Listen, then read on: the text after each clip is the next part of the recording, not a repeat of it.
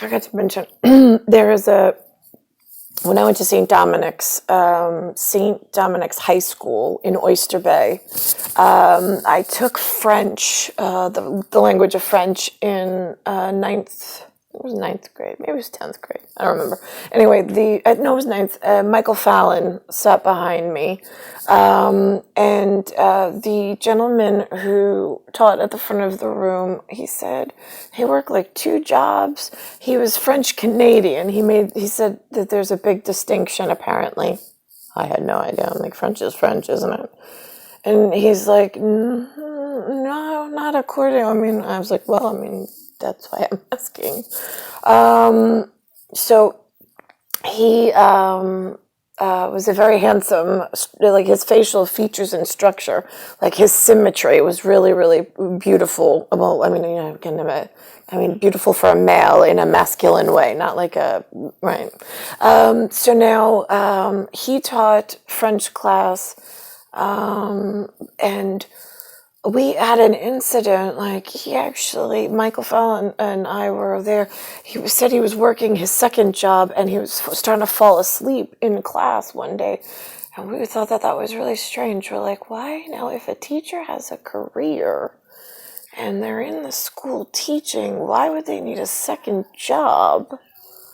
And then, like, okay, so they need money. I mean, I get it. Like, my uncles and stuff work and you can't really make bills being where we are, so you might have to pick up a second job, which is, when do you actually get a chance to live? But then for him to be sleeping in class, it's kind of a twofold problem, and we were just like, didn't, of course, hold it against him, because, I mean, the poor man was trying to work, but, I mean, the academy and the atmosphere as it is, hard to breathe. Yeah, you start to fall asleep. It is amazing with all those toxic fumes. Even when I was younger, not getting any better. I can't remember his name. I want to say it was like Montague or Monticello, something like that. I don't know, something along those lines. I forget. Not important. When I think about this, I know he's important. I don't know why. To like my life story, he's important. He's like one out of like 15,000 important people in a lifetime. I don't know, but he said he went to finishing school where his Providence in French Canada, and he had I guess it is a linguistical prowess. Like, he said things that I had heard in my ear that I like my mom used to say,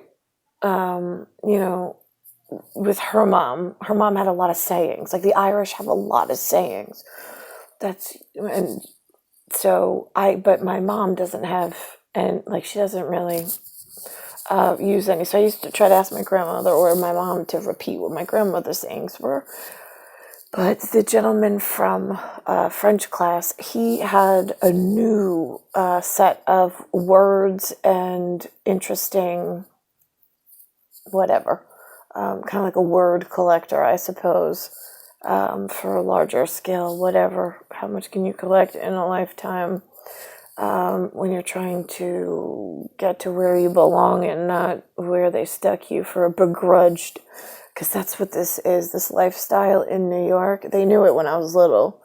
Someone begrudged me, which is when you're born with the Neptune, and then and journals and so on and so forth, and then you have a GRU, which is the grew up right, or grew up better than you did, and then they D is the capitulate D anyway. They made a decision. If you look in the lowercase d, they made a sigma decision in your past before you arrived.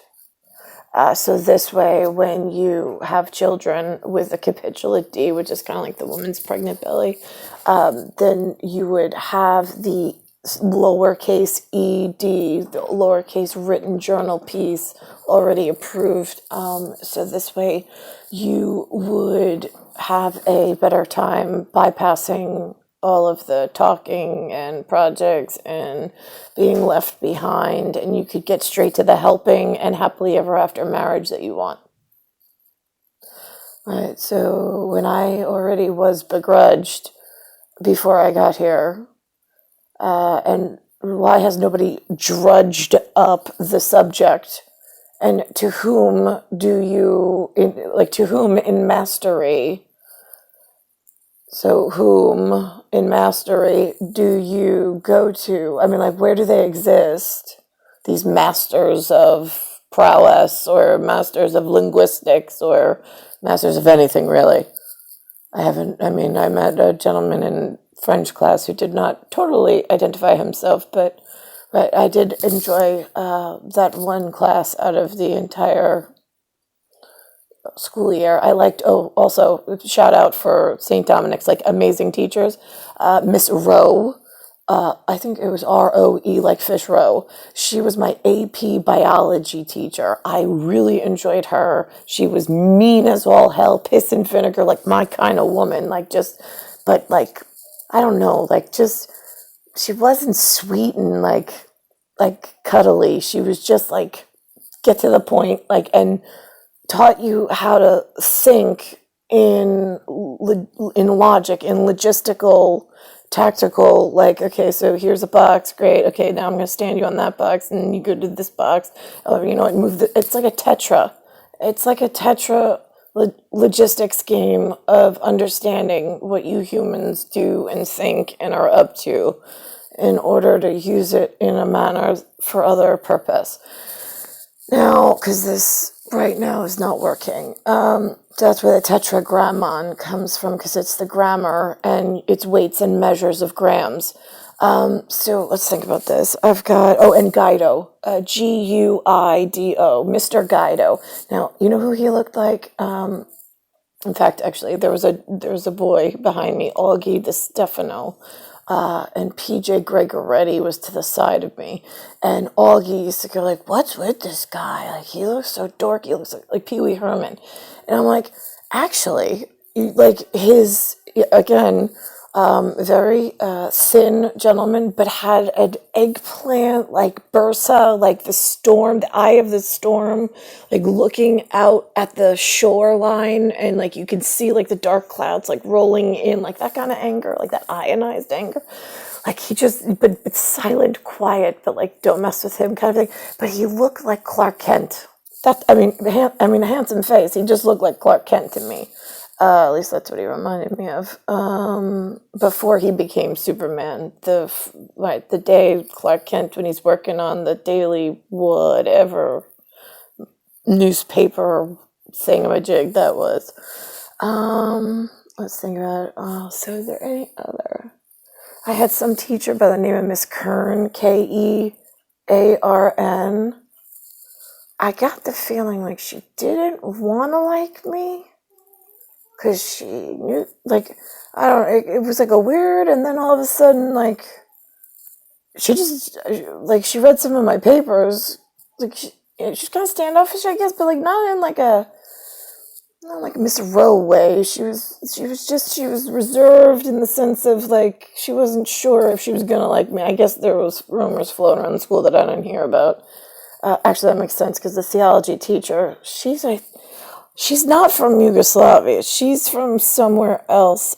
She had a beauty mark, but she looked like my Aunt Vicky, but she had a beauty mark like my grandmother used to have. And she was very skinny like my Aunt Vicky, and she taught theology, and she was angry at me that I was part Protestant. She's like, I know you know nothing about your Catholic heritage. And I'm like, how do you know that? And she's like, well, you're not even supposed to be, in a theology class. We were trying, we didn't think that you should. And I'm like, what? Isn't Protestant and Catholic both Christian? Whoa, back it up, Abby lady. I know you're not in a habit, but there's no nun get up here. She was one of the extras on set, I suppose. One of the foot soldiers of get everybody mad at the Catholic Church. I don't know. I was like, why would you bring like disdain into this classroom? I'm just here as an observer. And she's just like, that's all you're here for?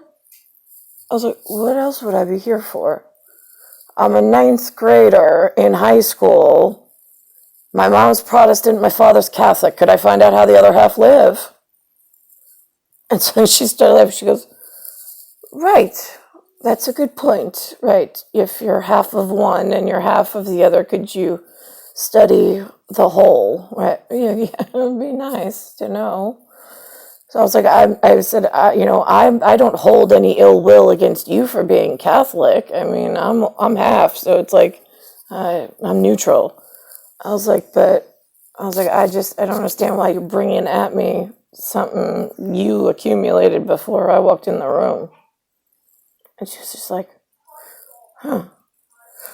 Right, okay, so, and then, whatever. I was like, I'll just sit here and be quiet. I mean, again, I'm just observing. And she's like, well, you're going to participate? I said, well, are you going to ask me nicely? I mean, I don't have a problem participating, but I do have a problem with you coming at me like I'm the enemy of you for some reason when I share half of whatever your whole already is. She was like, huh. So that happened in theology class. First time I ever took a theology class, didn't even know what the word meant. In fact, I asked Linda and Lou, I surveyed them before I went to Catholic school. I'm like, I see this on my schedule. Do you know what this class means? Like, what does this word mean? They had no clue. They're like, I don't know, I've never seen the word before. I'm like, well, I mean, talk about being unprepared. I'm like, how could I be going to school, taking a class that's a forced class, no less, because it's in Catholic school, and the word, you being my parents, you've never seen before? Like, what, they're just making new stuff up that, like, humans never knew before? Like, I mean, the mannequins I woke up to, hello, not much help. So, I was thinking about this, and that was theology. Ray Kern read my writing style. She said she really liked my writing style because I was very in-depth.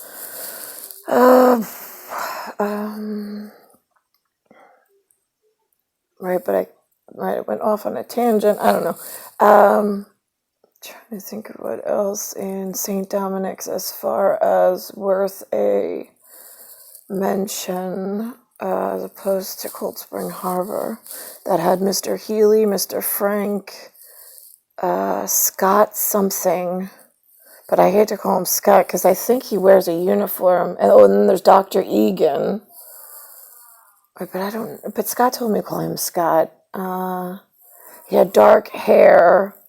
Yeah, just the way he held himself. He always, to me, it was like he was secretly in a uniform underneath whatever it was. I mean, superheroes these days, they hang out in study halls in the history department with one girl who has to write a thesis, doesn't have anybody at home to ask how to write a thesis. I'm like, what is it? I was like, could you guys maybe help me out? Because this is like really giving me a high amount of anxiety for some reason. Why that word thesis gives me a high amount of anxiety, and like some structured writing format. I'm like, so I wrote it on Walt Disney, and they were all, I guess, my witnesses since I wrote it in study period in the history department, like teacher's lounge. That's what they called it. Looked more like a woodworker's shop. Like they had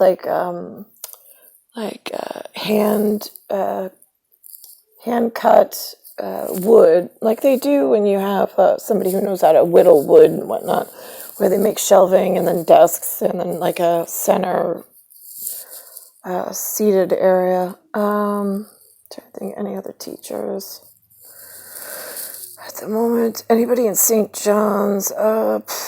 Not so much.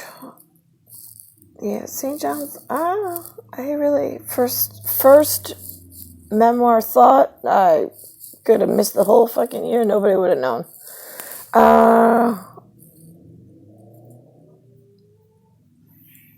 Yeah, so that's it.